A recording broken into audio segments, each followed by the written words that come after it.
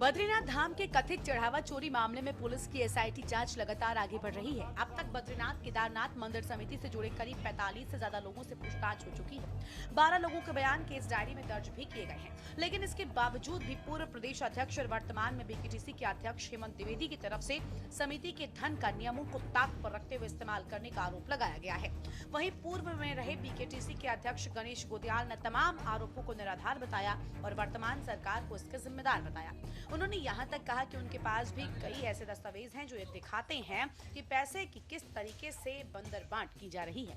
ऐसे में मंदिर के चंदे चोरी को लेकर बड़ा विवाद खड़ा हो गया है, जिस पर चंदा चोरी को लेकर अन्य दल भी सरकार के विरोध में उतरते दिखाई दे रहे हैं। 17 जुलाई 2026 को बद्रीनाथ मंदिर में थाली गणना के वित्तीय अनियमितता के संदर्भ में जो जांच चल रही है, उस विवेचना में हमारे विवेचक निरीक्षक श्री महादेव बुनियाल और एसआईटी की टीम ने एक और गिरफ्तारी की है।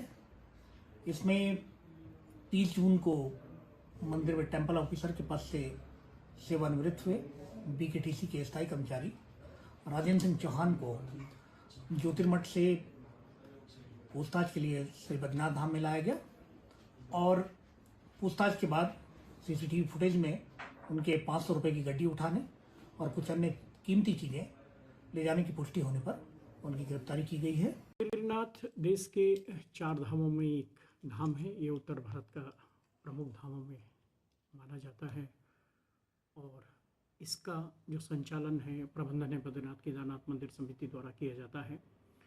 और बद्रीनाथ केदारनाथ मंदिर समिति इस समय चर्चाओं में है। विशेष रूप से जो चढ़ाव में चोरी का एक प्रकरण आया था और जिसमें एक कर्मचारी को निलंबित कर दिया गया है।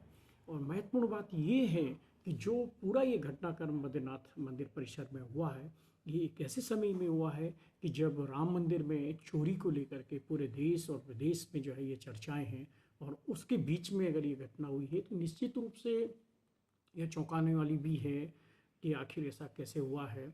और जांच में भी कर्मचारी को निलंबित किया गया है। अब यह जानना जरूरी है कि इस सब के पीछे कोई और लोग भी शामिल हैं या ये कर्मचारी स्वयं इस तरह की गतिविधियों को यहाँ पर अंजाम दे रहा था। एक बात है, चढ़ावा चोरी में जो ये प्रकरण सामने आया कि अभी जो दूसरे व्यक्ति वहां पर अरेस्ट हुए, उन्होंने बहुत स्पष्ट रूप से ये कहा है कि उन्होंने ये कृत्य वरिष्ठ स्तर पर जो अध्यक्ष के पीए नौटियाल हैं उनके द्वारा प्राप्त निर्देशों के अनुरूप में ये सब कृत्य किए हैं। इससे ये स्पष्ट होता है कि मंदिर समिति में ये चोरी अध्यक्ष के निर्देश पर हो रही थी और ऐसे में मुख्यमंत्री जी का अध्यक्ष को तब से लेकर अब तक उनके मंदिर समिति के कर्तव्यों से अलग न करने का निर्णय संदेह के घेरे में है। मैं मुख्यमंत्री जी से पूछना चाहता हूं कि इतने प्रमाण मिलने के बाद भी आपने मंदिर समिति के अध्यक्ष को जो जीवन दान दे रखा है पद के रूप में, उसके पीछे आपकी कौन सी दोस्ती का कारण है? किस किस चीज के लिए रखा गया? आप जानते हैं कि 10-10, 5-5 लोगों का स्टाफ, उनके साथ में पूरा विभाग का स्टाफ चल रहा है। तो उनके निजी कामों के लिए था, वो क्या क्या काम करवाते थे तो ज्यादा अच्छी तरह वही बता पाएंगे, क्योंकि स्टाफ उनके पास था। मेरे पास तो कोई स्टाफ है नहीं। मैंने तो ना कोई निजी सचिव लिया, ना मेरे पास कोई कलर के, ना कोई बाबू है, ना ऑफिस का कोई मेरे पास में बीकेटी से कोई स्टाफ रहता है।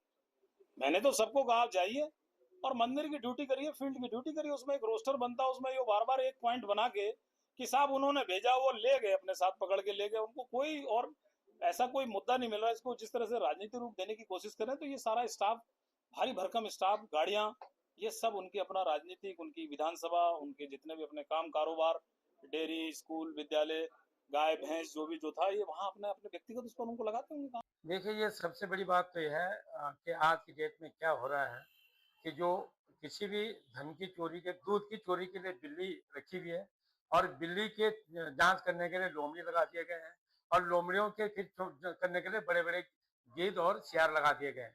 कहने का मतलब है ये सब चोर चोर मौसेरे भाई हैं और ये जो आपस में एक दूसरे पर आरोप प्रत्यारोप लगा करके सिर्फ मुद्दे को भड़काना चाहते हैं। हमारा तो मानना ये है कि इन तमाम मंदिरों की चोरी में जहां बढ़ चढ़ करके बीजेपी और सनातन का नाम पर वर्तमान सत्ता ने चोरी की है, तो ये अपराध किया है, वहीं पहले जो उत्तराखंड में कांग्रेस ने भी इसमें इन मंदिरों को लूटने में कोई कोताही नहीं छोड़ी। आपको बता दें कि इस मामले का सबसे पहले खुलासा भैरव सेना के संस्थापक संदीप खत्री ने किया था। संदीप खत्री ने आरोप लगाया था कि उन्हें इस तरह की जानकारी मिली है कि बद्रीनाथ मंदिर में भक्तों के द्वारा दिए गए दान की चोरी हो रही है। इन आरोपों के बाद उत्तराखंड की राजनीति में हलचल मच गई है। इसके बाद श्री बद्रीनाथ केदारनाथ मंदिर समिति के अध्यक्ष हेमंत द्विवेदी ने 4 सदस्यीय जांच समिति का गठन किया था। वहीं मामला ज्यादा चर्चाओं में आया तो सरकार ने 3 सदस्यीय उच्च स्तरीय जांच कमेटी गठित की। साथ ही चढ़ावा चोरी के आरोप में बीकेटीसी कर्मचारी प्रमोद नौटियाल को निलंबित करने के साथ ही उस पर मुकदमा भी दर्ज किया गया। लेकिन अब आस्था के साथ खिलवाड़ और राजनीति का अखाड़ा अब ये धाम बनते जरूर दिखाई दे रहा है, जिस पर जल्द अंकुश लगाना बेहद जरूरी हो गया है। Uttarakhand desk report.